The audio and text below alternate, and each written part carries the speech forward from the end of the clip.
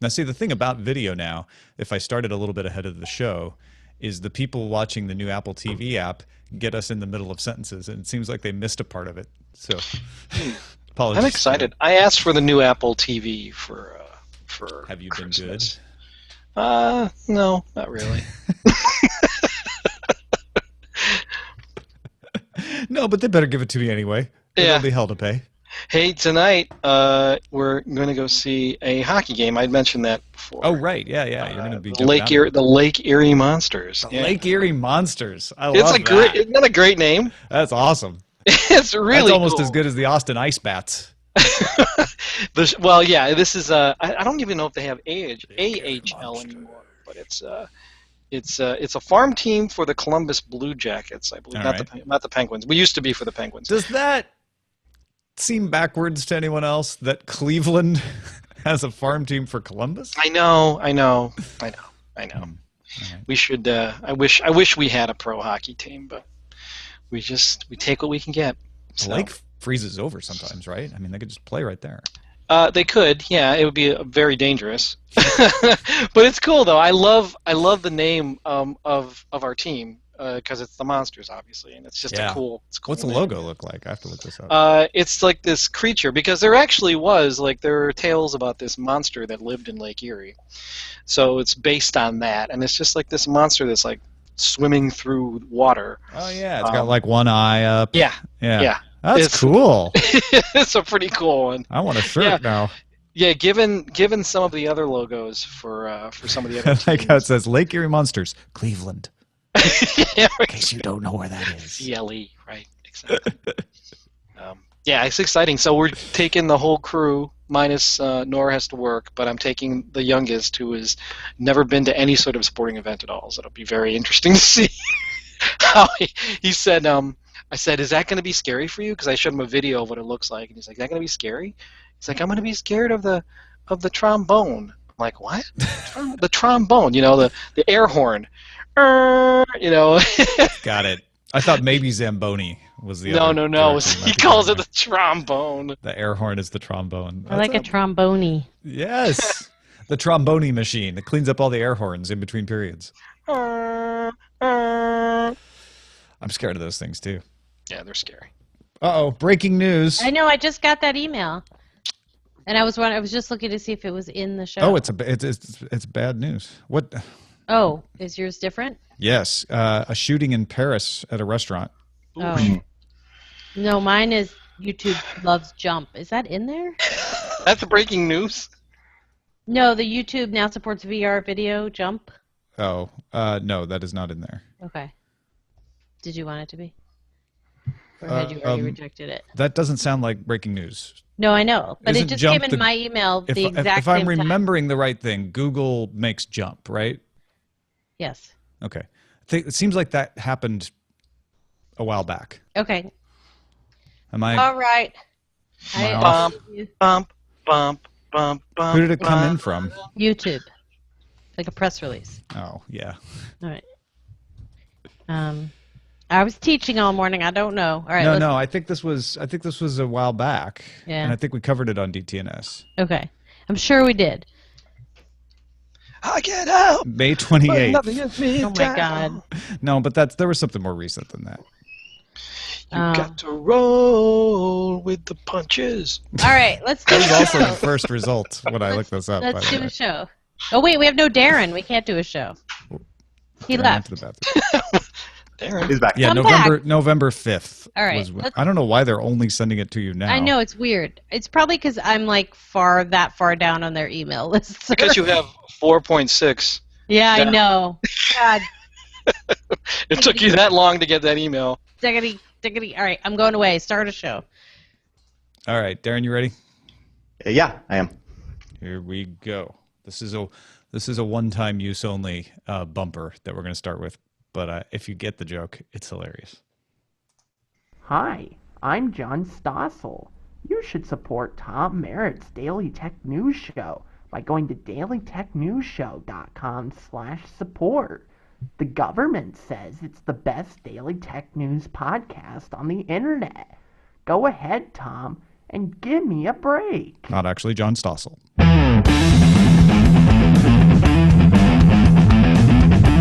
This is the Daily Tech News for Friday the 13th, November 13th, 2015. I'm Tom Merritt. Joining me today, Darren Kitchen, founder of hack5.org at hak5.org. How are you, Darren Kitchen? Oh, man, hacking up a storm. It has just been like a whirlwind for the last, I guess, Is that where that storm came from? Yes, there were packets flying everywhere. There was things on 315 megahertz, 915. Anyway, I normally save the plug to the end of the show, but hack5.org is so proud of the shows that we've been putting out for the last couple of weeks. Shannon and I collaborating on some wireless hacking that isn't Wi-Fi or Bluetooth. Good stuff. But what I'm most excited about is seeing some illustrations today, because I've been seeing some good stuff on the Instagrams from our friend Len.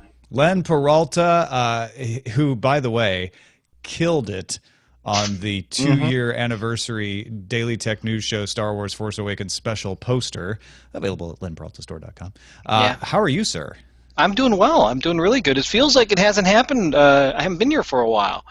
But I guess that's true. It's been, what, like at least a week, 2 weeks? Well, you were here virtually last week because yeah, exactly. We were at BlizzCon, but you did an illustration. You just weren't with us live. Did you miss the week before that? No. No, I was here. Here, yeah. But it was, I thank you so much about the Force Awakens poster. It's very, very cool. Ibbott and Todd Whitehead were both, like, stoked. They loved it. That's cool. Excellent. Yeah. We'll talk a little more about the other poster at the end of the show, but let's get to the headline stuff. Let's do that. Do my job for me. Actually, it's a good thing you did. Google said in their online security blog today that the company is developing in-product warnings for Gmail users that will display when they receive a message through a non-encrypted connection, saying, hey, just be warned, this is not an encrypted email. These warnings will begin to roll out in the coming months. I imagine I'm going to get a lot of them, although Google also released details from a joint study with the University of Michigan and University of Illinois showing 94% of inbound emails to Gmail have some sort of authentication, and 33 to 61% use encryption. See?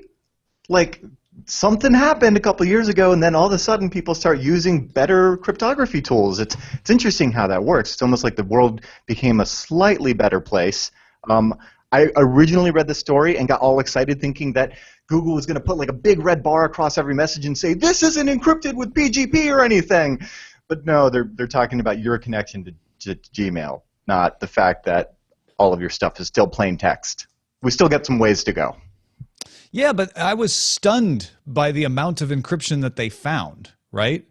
Now, they talk about some DNS servers publishing bogus routing information in this study, too, so it's not all rosy. But the number of actual inbound encryption to Gmail rose from 33% to 61% between December 2013 and October 2015. I did not expect it to be that high. You're right. It went from 1 encrypted email to 3.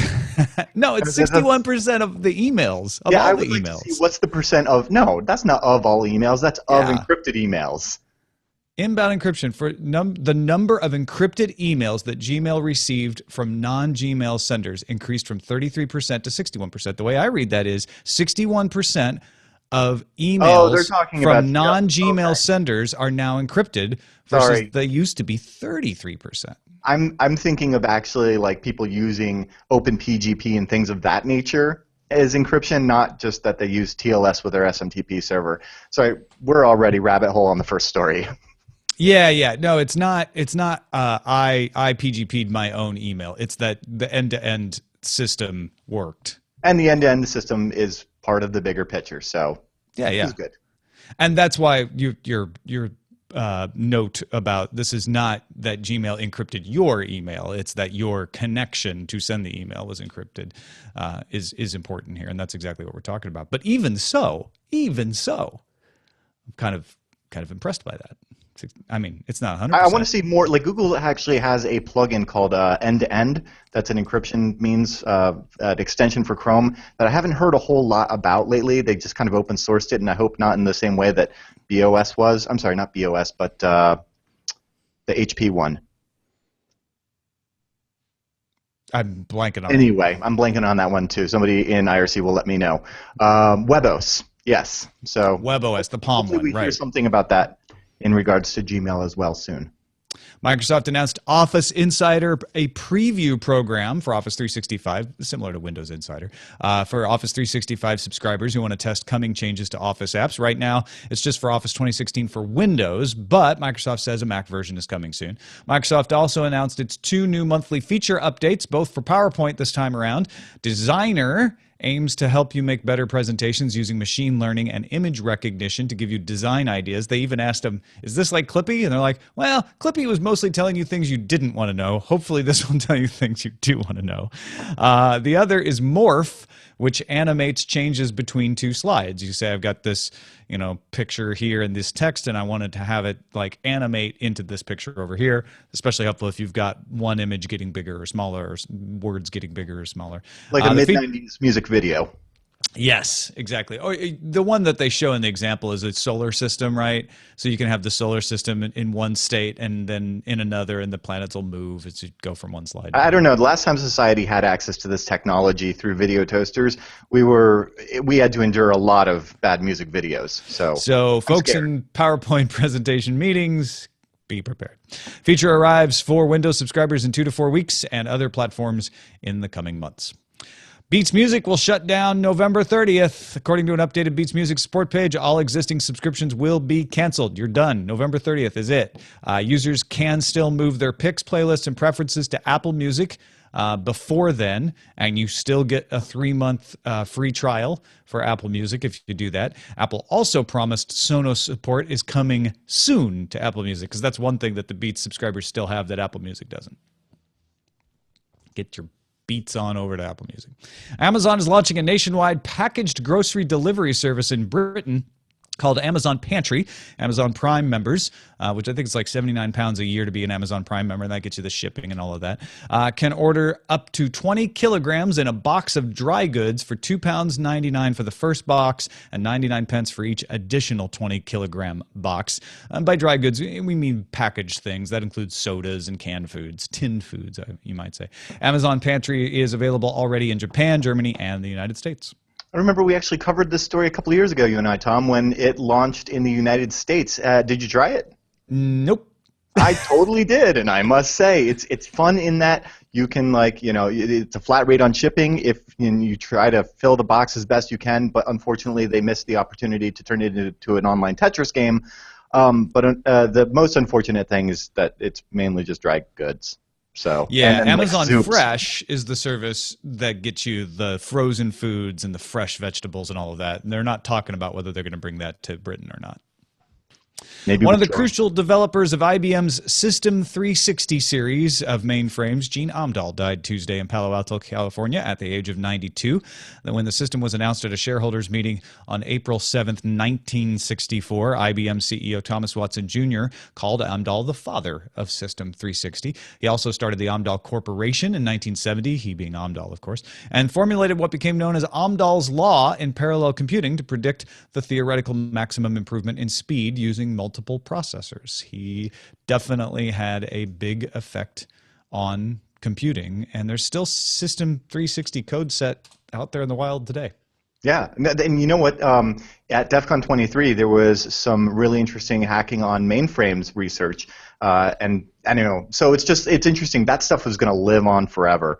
And I should probably just point out here that if you want to see one in person, and you want to see all the good stuff, and you find yourself in Seattle, you have to go to livingcomputermuseum.org. Go to the Living Computer Museum. It is amazing.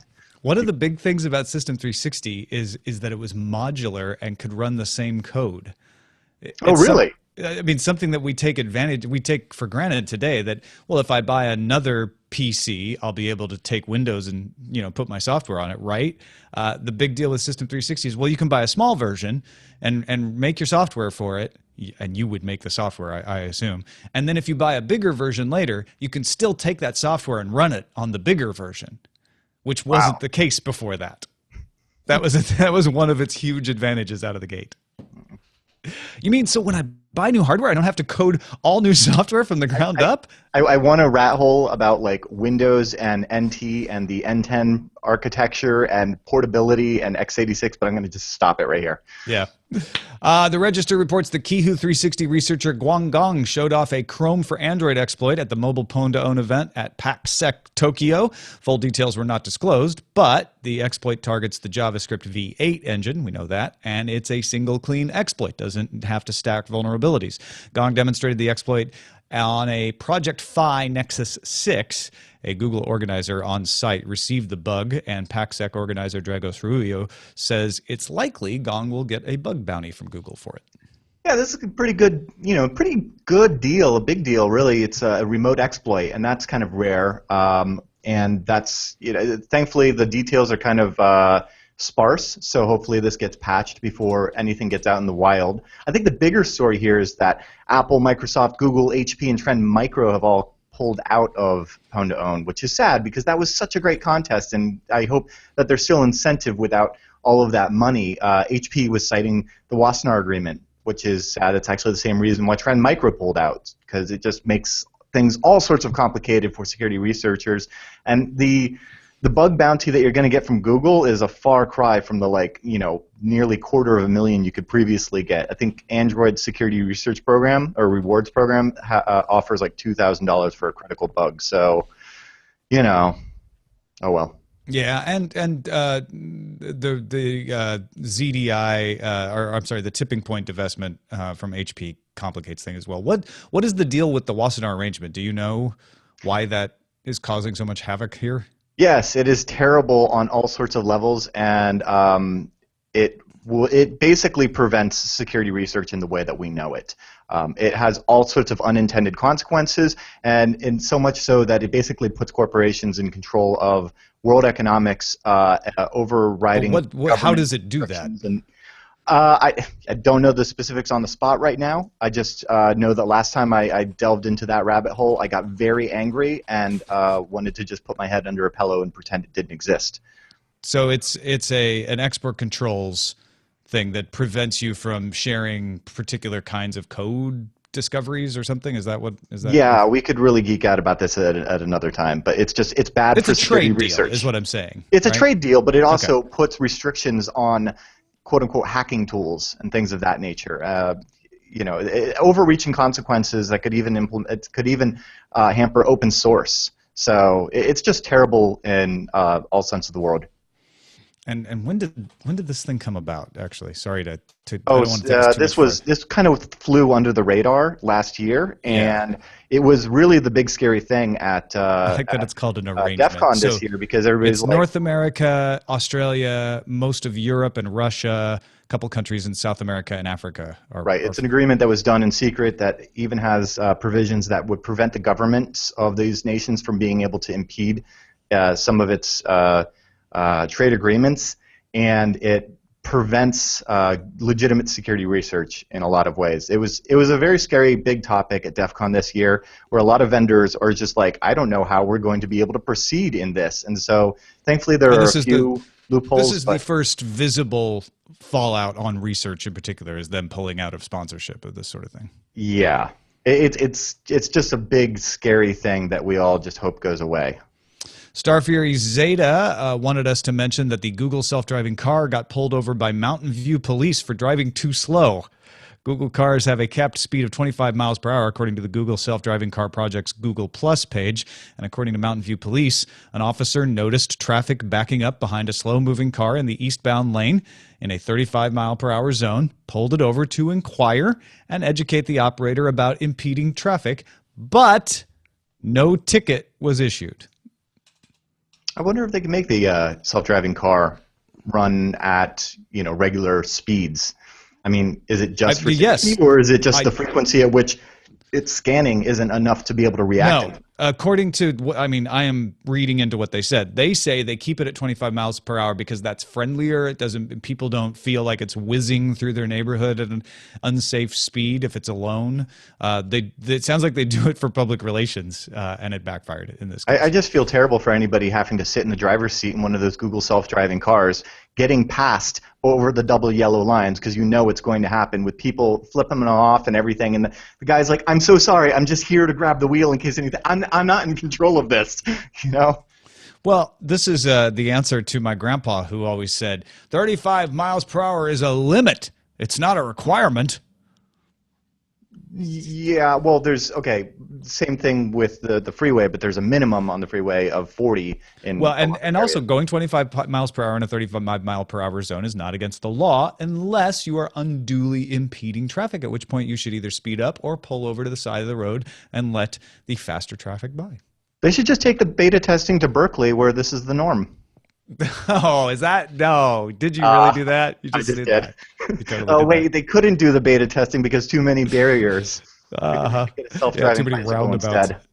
spsheridan spied the Ars Technica article noting the FCC has clarified its Wi-Fi router rules so that they no longer appear to ban third-party firmware like DDWRT. We talked about this previously on the show. Updated guidelines now say, much more reasonably, that if a device permits third-party software, it must describe to the FCC how it ensures that RF operation stays within authorized parameters. Because all the FCC has said they're ever concerned with is that these devices don't overpower other signals in its area and broadcast out of parameters. The FCC also has closed the comment period for new rules for device manufacturers and says it heard loud and clear that the new rules should not encourage manufacturers to prevent mods. The FCC has yet to finalize rules, and they even said they're willing to listen to more feedback here. A lot of folks responding on this Ars Technica article, Darren, said really the issue is with the Broadcom chip makers and the Qualcomm chip makers to control the amount of power that they could push out. Right, they're saying we're not preventing you from loading third-party software, but you have to prove that that third-party software then can't interface with the radio in such a way to do things that are outside of its regulatory domain. It's really tricky to do in software. The prevention has to happen at a lower level because there's no way to guarantee that third-party software is going to respect whatever the regulatory domain that's burned into the ROM of the Broadcom or Qualcomm chip is actually doing. So hopefully this is actually going to lead to better SOCs because this needs to be done on the hardware level, which is complicated when it comes to economics, but hopefully we get a solution that doesn't impede open source and third-party software. Yeah. Finally, India's ride-sharing service Ola is making its in-app payment service Ola Money a standalone app, according to TechCrunch. It's available on Android, coming to iOS and Windows later. The new app can make peer-to-peer payments and recharge your mobile phone credits. Launch partners include hotel network Oyo Rooms, music service Savan, and food delivery service Tiny Owl. Ola hopes to add bill paying and online and offline purchasing to the app soon. And they're even taking questions about, would you spin this out as another company? Because payment services are so hot in India right now, and they're like, well, we don't have any plans for that, but, hey, if it makes enough money, we can all make more money spinning it out. Wouldn't rule it out. So there you go. Making some payments. Payments, man. Financial tech, payments, all that stuff is hot right now. Thanks to everybody who submitted stories on our subreddit at dailytechnewsshow.reddit.com. Keep them coming. Keep the votes coming. Join the 5,000 people in there doing it for us and helping us make the show better every day. That is a look at the headlines. Now, Michael Lee from Intercept, you might recognize the name if you followed the Edward Snowden story closely. He helped put Snowden in touch with Glenn Greenwald and Laura Poitras 2 fateful years ago. He set up some of those encrypted channels.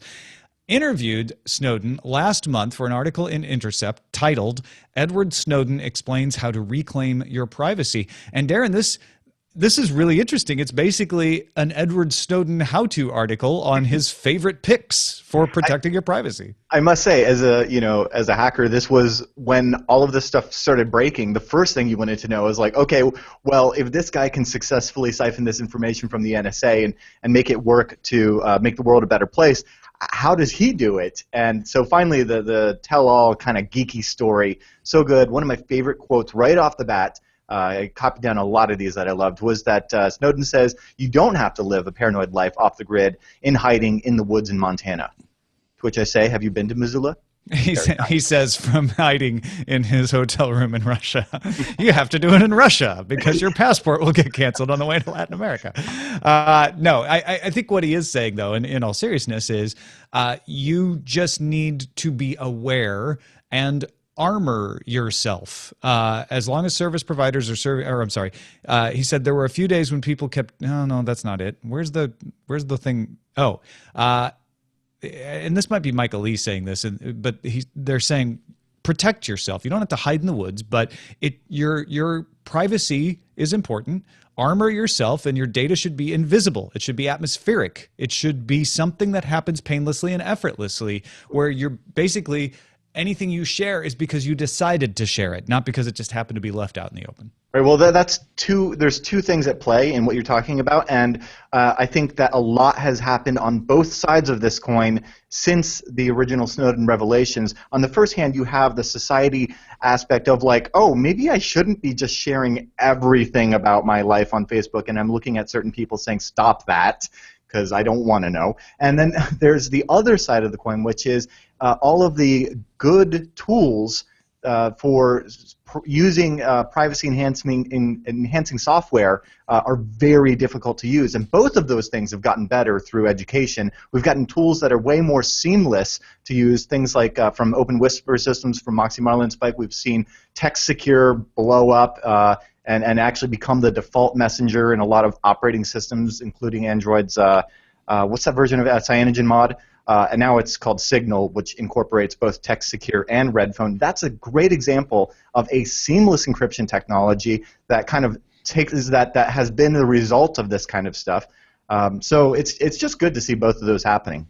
Now, one of the things they do in this article is break things down between what are the apps and methods that everyday people should use just for what they call operational security, keeping my stuff private by default as much as possible, and what are the things that heavy-duty privacy necessity folks need, the folks who are whistleblowers, the folks who are trying to keep bad actors from finding out what they are up to, or people living in repressive regimes.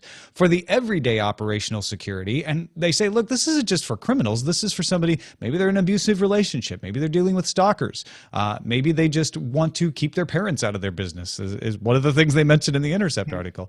And one of those things is Signal, as you mentioned, a really easy way to encrypt your phone calls and your texts. Another one is something you'll hear Darren say all the time, and myself too, which is encrypt your disk, encrypt all your things. And then password manager that I know you and Shannon have recommended, which is KeepPassX. Mm-hmm. Yeah, Shannon's a big fan of password managers. I seem to disagree, but I've got my own system that works for my head, Johnny Mnemonic style. But yeah, all three of those are things that you can employ seamlessly, and actually they'll make your life a lot easier, especially password managers, because then you don't have to think about, what password am I going to use at this site and choose something stupid and crappy. You can just generate one and save it. So yeah, all of those are just things that will become transparent. And then there are just things behaviorally that you should do. Turn on two-factor authentication and use it. Selective sharing. And we touched on this just a minute ago. Don't tell everything about yourself unless you really need to. Make sure you're okay with the information being collected about you. Use things like Privacy Badger, is not mentioned in this article, but I use that, or HTTPS Everywhere, which I also use, which was mentioned in this article. And Snowden says turn on ad block software. As long as service providers are serving ads with active content that require the use of JavaScript to display, that have some kind of active content like Flash embedded in it, anything that can be a vector for attack in your web browser, you should be actively trying to block these. He's not saying block it because ads are annoying or I have a problem with the monetization plans of news organizations. He says this is a vector for attacking you by bad actors. You shouldn't let it run. Right. So thus far we've been talking about the two sides of technology and behavior or social. The one that we haven't touched on, of course, is the political side. And I thought one of the best quotes from this article from Snowden talking in regards to political reform, which is happening to varying degrees slowly, is I really love this quote: "Technology is perhaps the quickest and most promising means through which we can respond to the greatest violations of human rights in a manner that is not dependent on every single legislative body on the planet to reform itself at the same time." Yeah. and basically taking it into your own hands. If the more of us that do it, the more secure, the more information will be, and we'll have to come up with other ways of pursuing criminals and stopping them, which a lot of people, and this is an argument for another day, a lot of people feel that might be irresponsible, but other people feel like it's the only way we really catch them now, that a lot of these privacy invasion tools don't end up being beneficial. Either way, you having control over it still exists, and these are the things that you can use to take control of your privacy. He even says folks should download Tor browser, Tor messenger, and use them when needed. He's like, everyday use, you may not need to browse in Tor all the time, but let's say you're looking up something that you feel is sensitive and you wouldn't want someone to find out. Use the Tor browser. You should have it at the hand in case you needed it. And of course, when you start talking about whistleblowers and heavy duty use and folks who really do need to hide all of their actions, it's an essential there too. Right. You have to acknowledge that we're actually living in a post-crypto war world. We may easily forget that in the 90s there was, a big clash between governments and cyberpunks trying to create strong crypto systems, and there was, ridiculous restrictions and export control and things of that nature. A lot of which, because we've won these wars, because we just used the technology, because we stood up with our plastic forks in the cafeteria, that we were able to create better systems for all of us to use. It's why we have HTTPS, and it's why we have encrypted email and things like Signal nowadays. And it made the world better because we just developed and used the technology. So I mentioned Privacy Badger is from the EFF. It's an extension that looks at cookies. It doesn't block all cookies. It says, is this cookie tracking you across multiple websites that aren't its own domain? Then I'm going to block it. And so it's not an ad blocker. It's basically saying if a cookie is existing just to make sure you're logged in, that's fine. If a cookie is tracking you, you probably don't want it. There's also HTTPS everywhere. There's also NoScript. Are there any other tools that weren't mentioned in this article, Darren, that you would want to say, hey, make sure to throw this out there? Tails is a really good live distribution. Which actually was mentioned in this article. Right, it was, and I think it needs a little bit more attention because there's a lot of wrong ways to use the Onion Router or Tor. The Tor browser is really convenient, but sometimes it can be just used really terribly. If you're super concerned, if you're looking to, if you're a future whistleblower, you may want to consider just going down to local big box store, buying a $200 netbook in cash, never connecting it to your home Wi-Fi, installing Tails on it, ensuring that the version of Tails that you downloaded is actually a legitimate copy, and it's something really nice. It's a live Linux distribution that runs off of a USB stick, and Glenn Greenwald even used this exact technology when he was first getting set up to communicate with Snowden. So I highly recommend that. The other one that I used to always recommend was Mailvelope, which is an extension for Chrome that allows you to do PGP more easily with webmail, specifically Gmail. Although it's really interesting and timely that just yesterday there was a blog post by Bruce Schneier that I think warrants some attention in this context. He says that he's recently, and this is his quote, Bruce Schneier says, I have recently come to the conclusion that email is fundamentally unsecurable. The things that we want out of email and the email system are not readily compatible with encryption. I advise people who want communication securely not to use email, but instead to use encrypted messaging clients like OTR and Signal. Yeah. So basically think of email as a public conversation. Not everybody's going to be hearing it, but it can be overheard. It's a postcard. Yeah, exactly. Somebody can see it if it's set down in the open, and that's kind of the way email is. Interesting point there. And also to add on to Tails, Edward Snowden is apparently very excited about Cube OS, Qube, which creates virtual machines to wrap around individual pieces of software, so that even if that piece of software is compromised in the course of its use, it won't affect anything else because it's contained in its own virtual machine, and then you can get rid of it. Yeah, this is not, by the way, this is a really cool technology. However, I would say it's not ready for the mainstream in the same way that Signal or the Tor Messenger are, which is why I still just recommend just spending the $200 in cash on a netbook and installing Tails.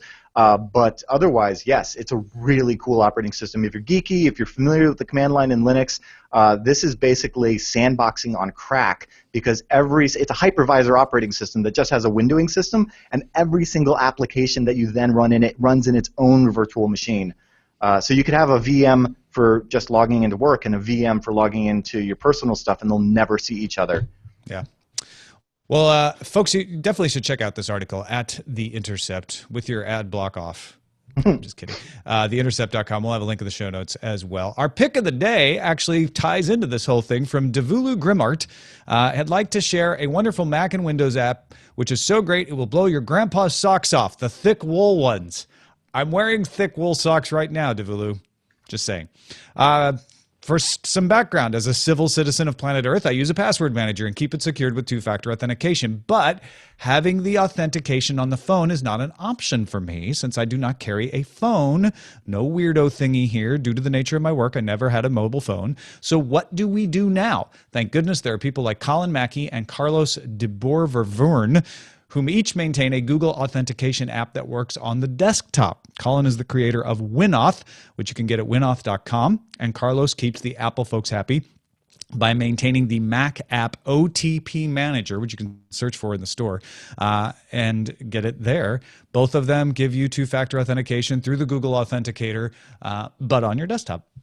This is a beautiful example of how true security doesn't rely on secrecy, and that open source only makes it better because the authentication protocol is not designed behind some sort of spooky veil, and it enables people to actually create additional clients, which just again furthers makes it easier for us to use and just becomes transparent. So this is awesome. Yeah, because it's math. So knowing how to create the numbers doesn't mean you can steal the numbers. Oh my God! I just thought of a terrible science fiction story wherein math is illegal and only for governments to use. Oh, you mean the rules that Clinton proposed in the 90s?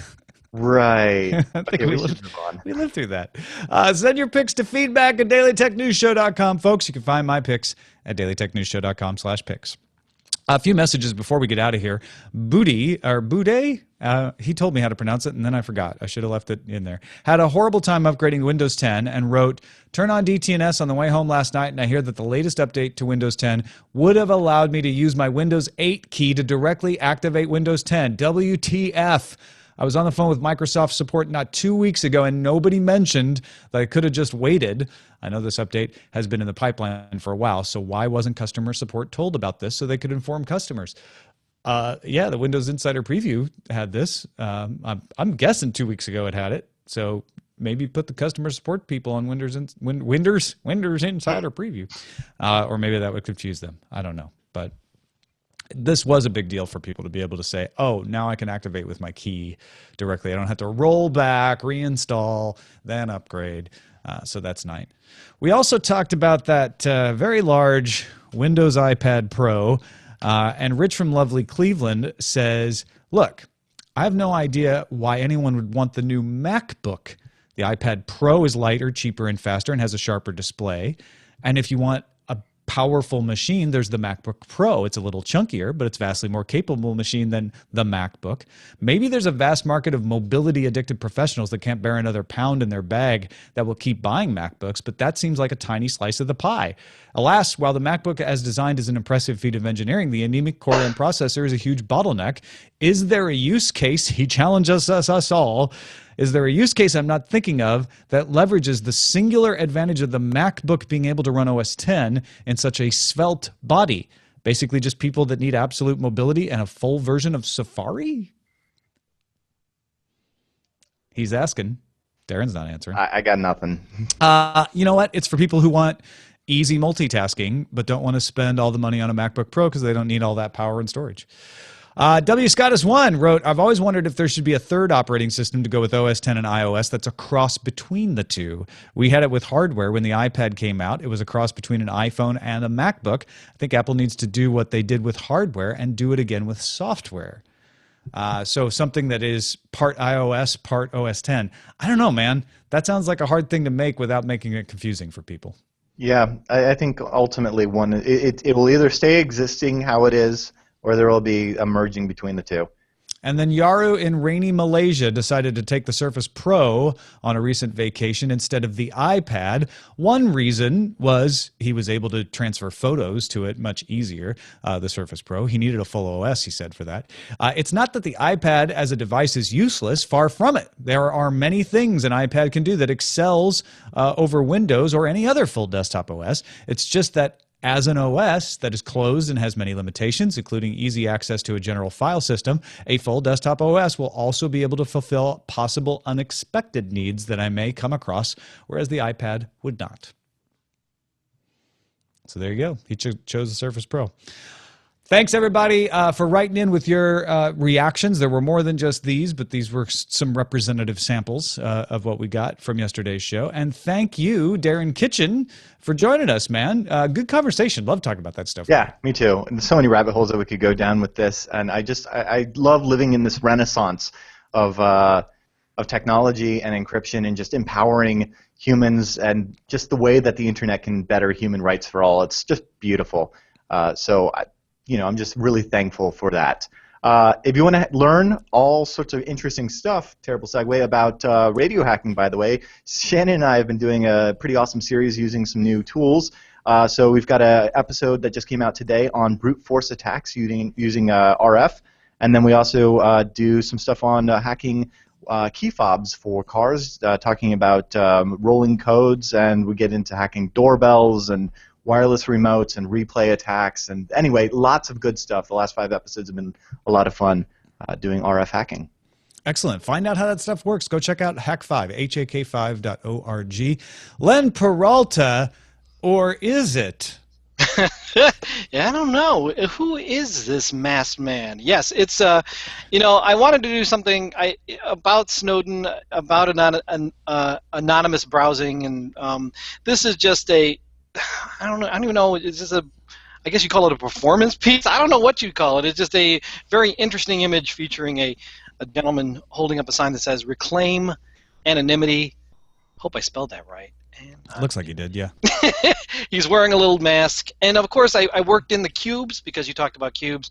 And, of course, Tails, because there's a little tail in there. I don't know if you got that. The Tails operating system does not always, but sometimes has a rat tail come out of the back of the computer. Exactly. So this is just an interesting little image. I didn't want to redo what I had done with Snowden a couple months ago, but it's just something interesting. If you want to check it out, you should go over to the lenperaltastore.com, lenperaltastore.com, which also, because I haven't been here for a little bit, we mentioned it at the top of the show, or Darren did, the Force Awakens poster we did for year 2 for DTNS. The naming rights are all sold out, but you can get your own poster. There's a limited amount of posters available right now at lenperaltastore.com, right on the front page.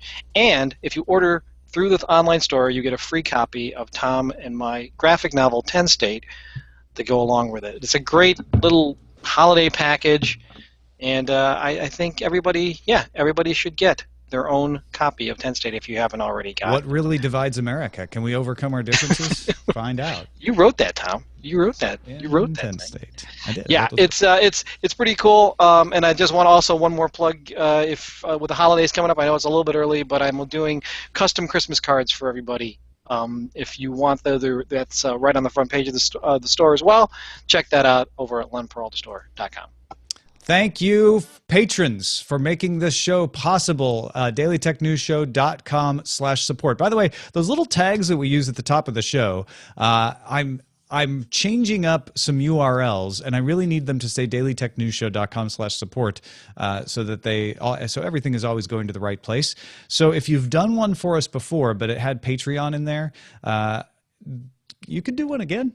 It would be great. Just send it to us, feedback at dailytechnewsshow.com. We've got about 9, or actually 8 of these that say either a URL that works or says just search for Daily Tech News Show on Patreon. But really, we want dailytechnewsshow.com/support in there. But thank you, patrons, for making this show possible. We've got episode 0 of day 6 with Peter Wells coming up to be recorded tonight. So if you want to get a sample of what we're shooting for with our next milestone goal, keep an eye out for that, patrons, and then we'll post a link to it on the blog for everybody else after that as well. Also, big thanks to Eric Del Orbe, who made an Apple TV DTNS app. Look for that in the Apple TV store. Just search for Daily Tech News Show. Comes right up. It's very basic, but Eric worked hard on it, and it gets you the shows. There's a couple of other folks who've been in touch with Eric, and they're working on another app as well that's a little fancier too. So keep an eye out on that. I love that folks are making apps. Thank you so much, Eric, for putting in the time to make that happen. And if you got one of the new Apple TVs, get yourself a DTNS app absolutely free. Our email address is feedback@dailytechnewsshow.com. You can give us a call, 512-59-DAILY. That's 512-593-2459. Listen to the show live Monday through Friday at 4:30 p.m. Eastern on alphageekradio.com and diamondclub.tv. Visit our website, dailytechnewsshow.com. Back on Monday with Justin Robert Young. Talk to you then. This show is part of the Frog Pants Network. Get more at frogpants.com. Diamond Club hopes you have enjoyed this program. Boom. 40 minutes and 2 seconds exactly. Nice. Wow. All right. And boom goes the dynamite. Boom goes dynamite. Pass Great to the art, Merritt. Len. Oh, thank you so much. Yeah, so good, Len. Thank you so much. I always like when Len has a message. Yeah, right. And can we talk about the Star Wars art for a second? I know Yeah, we have go to choose show titles, but I just want to say that I was so stunned by how I shouldn't be stunned, but Amazing. it was so good. So it was good. so good. It was Just like amazing. the coloring and sort of like the editorial choices, and it was just awesome. And people may not have seen this on like the purchase thing, but it cracks me up, the credits. Like yeah. the credits are just great. Like they make me happy. It turned out really Yeah. cool. Yeah. And the other neat thing too, which is going to be coming up, is I actually documented the whole process. Oh God, So can't wait. literally from blank canvas to the final part. I didn't put the credits in. That was the very last thing I didn't put Right. in. But the whole process of coloring and changing and everything else, and you can kind of see the whole process. And I'm going to make that available probably right near the end of the year. I'm so excited. Yeah, it's pretty cool. It's kind of what I did last year for the In This Together print. So and this one Awesome. is really cool. Yeah, I it got was something like such a- 5 hours or something Yeah. of work. So I got such a chill from the year 3 DTNS coming soon. yeah, isn't that cool? Yeah, Pretty exciting. It's amazing, right? 3 years? That's going to be nuts. I can't even. Well, great job on that, and I think everybody should go buy it and sell it out in your store. Yeah, please do. So titles. I'm gonna, by the way, I'm gonna knock off because I got to go to the hockey game. Go so- Monsters. Go Monsters! All right, good seeing everybody. We'll see you next week. All right. Bye. Take care. Bye-bye. Bye. All right. While I look at the titles, I'm also going to do another speed test because now I'm mad. Okay. Ready? So we have Follow the Encryption Rabbit. Privacy for Dummies by Snowden, which I really like. I like that one too. I'm probably going to say probably not with the Google Cars Matter because of diminishing the seriousness of the other things that matter. 2 + 2 = jail. I like that one too. I like that one. That's the name of the sci-fi book that Darren and I do. Actually, I've got the beginnings of it, but we'll wait for titles first. Tom. Oh, I do like Dark Redeemer. The features are coming from Insider the Office. There's a lot going on there. The beat goes off. Yeah. That's funny. Oh my God, The Dark beats goes Redeemer is too long, but I love Amazon gets shippy, takes off his pantries, takes a ship on the floor. Oh, wow. Get shifty in here. That's pretty amazing. Let's see. Daily Traffic in California show, yeah. Traffic on the ones. Yep. Mm. A lot of Mighty Morphin Power jokes. I'm pretty settled. Yeah, Actually. what are you going for? Privacy for Dummies. Yeah. Yeah, me too. All right, Yeah. good. Sometimes We are- you, Sometimes- acuerdo. Yeah. All right. Let's ping the server. Let's see what's going on here with the speed test. So, Tom, I was thinking maybe you might be able to help me out with the rest of this kind of abstract, if you will. Or maybe this is the trailer for the movie that will be made from the book we'll collaborate on. Better. In a world where mathematics are outlawed, one man dares to teach himself elliptic partial differential equations. Okay, it's back. It's Flip better. over the rainbow table and find out where it leads. So many good places that could go. Okay, 114. 114 download speed. I'll take it. It must have just been a momentary freak out. Actually, it would be in a world where mathematics are outlawed. One man. I mean, a man. I mean, I don't know how many men. Some number of men, because I'm not allowed to know what a number is. Yeah, some number of men. In a world where mathematics is outlawed, how do I use a number without breaking the law? 2 hours of Matt Damon doing algebra. I'm going to math the out of this. I think that would be, I'm going to math the out of this. Just mask me. I like that title. Well, only 2 more podcasts to go, Tom. Yeah. I'm so tired. I'm going to have to punch myself in the face before Current Geek. Oh, right. You're doing all of them with me today. Yes, that's what I said. I just realized that. Yep. That's all right. It will make the end of the day that much sweeter. Next week, by the way, so next week is crazy. Next week is crazy. I might have to become the does work in the other times producer for that week because it is Matt's movie premiere on Monday. Oh, wow. I know. No, maybe not Monday. Maybe it's Wednesday. I don't even know. I should look these things up. So his TV movie is premiering, and I think I just realized that I'm not in the chat room, which is terrible. Which tells you how tired I am. It's the 18th, Wednesday. So Wednesday is a movie premiere. The 19th is my birthday. Wait, is it a movie about math being illegal? No, it's a movie about a kid trying to get his driver's license. All right. And then there's Friday is birthday dinner, I think, because Matt will be working. And then Saturday is a secret thing for a friend. So, yeah. So that's my week next week. Be prepared for that other Jenny. Tom, how do you feel about this? In a distant future, humans live in a computer-aided society and have forgotten the fundamentals of mathematics, including even the rudimentary skill of counting. Sound good to you? Because it was published in 1958 in Worlds of Science Fiction by Isaac Asimov, and I have to give massive credits to Ian on IRC Ian. For pointing that out. In a world where Isaac Asimov has already written the story you were hoping to write. Again. You rip him off because it was the 50s and nobody and you can't copyright a title. In a world where all the good science fiction was written 50 years ago, you can just rip it off willy-nilly and put Matt Damon in it. Fair use this, Isaac. You did do, that's right, I mentioned that show you did, Probe. Someone mentioned that in the chat. Probe. Oh gosh, now I gotta write Current Geek headlines. Okay, hold on. Here we go.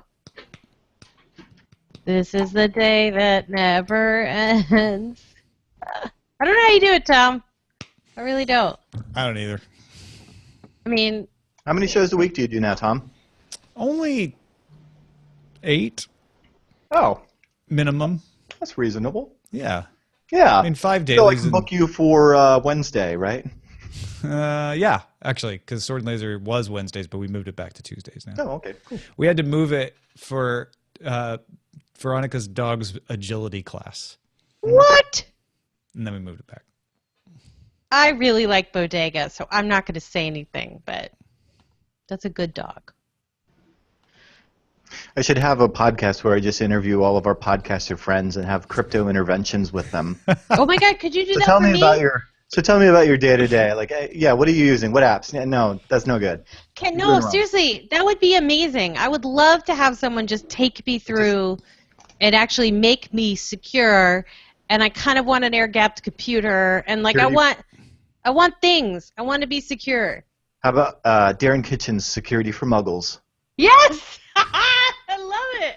That's a really You should- good idea. That's a really good idea. It would be so valuable. And then the muggles, here's the thing, it's why it works, is that you take a sort of muggle like me who understands, obviously, that things, I mean, I'm decent, right? I got decent stuff, but who understands the need for more but does not know how to go about it, and more importantly, does not know what to trust, right, amongst the wash of things promising security. And you train up a muggle so that they're at least a squib, right? They're never going to be a magician, but at least they live in the world of magicians and can talk to them. And then those people go turn around and propagate that information out to even more muggles and say, just go to this website and watch this show. Can we do that? Yeah, okay, I'll do it. Okay, because I really want to be... You're on episode 1. All right, I want to be safer. Cool. Install Signal. I'm asking you how you text your mom. That's fine. My mom doesn't text. Even better. My mom is texts grudgingly, and then my dad texts with too many fingers, and like you get all these extra characters. So. Do they end up becoming those screenshots on the blogs? Yeah, although I wish my mom texted. She emails. This is the other problem, that parents all email. They're like, why don't you email me back? I was like, because I don't do that. Yeah, this is how you shut down the really long emails from all your aunts and uncles, is you tell them, here's my public key. Yes! Then they have to call you. You want then to they email call you on me? the telephone. Yeah. There are many things like that I would really like to understand. Did you get our Christmas newsletter? Yeah, no, it wasn't PGP. I didn't get the 14-page Christmas newsletter. Yeah. But it had a picture of us riding a reindeer in the snow in Flash. Yeah, no, I don't have that plugin. I've never heard of that. I've never heard of that. That's really funny. No, that'd be a lot of fun. Cool. Maybe I'll develop that. Speaking of other developments, I can't wait to be off the air with you guys. I'm uploading to SoundCloud right now. Cool. Darren, if you have to go, you can go. No. I've just got actually we're doing a spring cleaning. That's what's waiting for me after this is a sandwich. I hate to tell you, but it's fall. Okay, well, I'm a little late. No, I'm super early. I'm getting a head start on spring cleaning. I thought that maybe Darren was just in solidarity with Peter Wells for our day 6 and was doing Australian spring cleaning. I've moved. That's exactly what I'm on a different hemisphere, Tom. Exactly. You understand. You're like, look, Tom, you said Remembrance Day was in North America and Europe, and you left out Australia. Screw that. I'm going to call it spring now. Ouch. Wah, wah. Now we're having a garage sale in about a week, and we're getting rid of a ton of Hack 5 gear, like really good stuff that we just don't use. That suddenly just made me imagine you with massive degaussers. No, seriously. Well, okay, yeah, we're debanning every. Got a ton of gear to sell. Building. But no, there's servers and video switchers and all sorts. Of course, yeah. Yeah. So if you're looking to build a podcast studio in the Bay Area, come to my warehouse and take all of my hand-me-downs. Yeah. Nice. And then we're giving the proceeds to the FF. So. Oh, that's great. Oh, that's great. Yeah. Even better. Man, I'm telling you, Privacy Badger is the best thing ever. You don't need an ad blocker. How we can do a I Love the Internet edition of some of our products so that proceeds of those go towards the EFF. Yeah. Got to talk to my CPA again on that one because I think that we could probably do a lot of good with that. Yeah. I would be in for that. I show a picture of John Gilmore, the EFF guy, in every new class. And I don't tell them who he is, and I just show the picture. There's a picture of him that everybody uses with the beard that's growing forever, right? And is that his name? Am I just so tired that I'm blanking? It's John Gilmore, right? John Perry Barlow? No, let me see. No, John Gilmore, the guy who was at Sun Microsystems and helped found EFF. Okay. And I just show the picture of him because he looks like he's got the beard of Destiny. Right. And it's so much fun because they're all like, what the, who the? And I'm like, oh, this is one of the people fighting for your right to be free. It's always fun. Oh, look at this. I'm getting cool things in Slack. Privacy for dummies. Are you slacking off? I'm slacking on. Slack has Slack given on? that word a Slack whole new off. meaning. Now I gotta look close. All right. I didn't put the YouTube link in the MP3 link place today, so I think I'm doing good. Oh wait, you put the YouTube link in the ID3 tag of the MP3? No, I just have an ahref with a blank next to the letters MP3, and earlier this week I put YouTube's link in there. It didn't have any effect because it's just a YouTube link. You know what we always put on Hack5 in our metadata? We put EEF5204D6A. Why do you do that? I don't know. It just keeps occurring on every show. EEF5204D6A.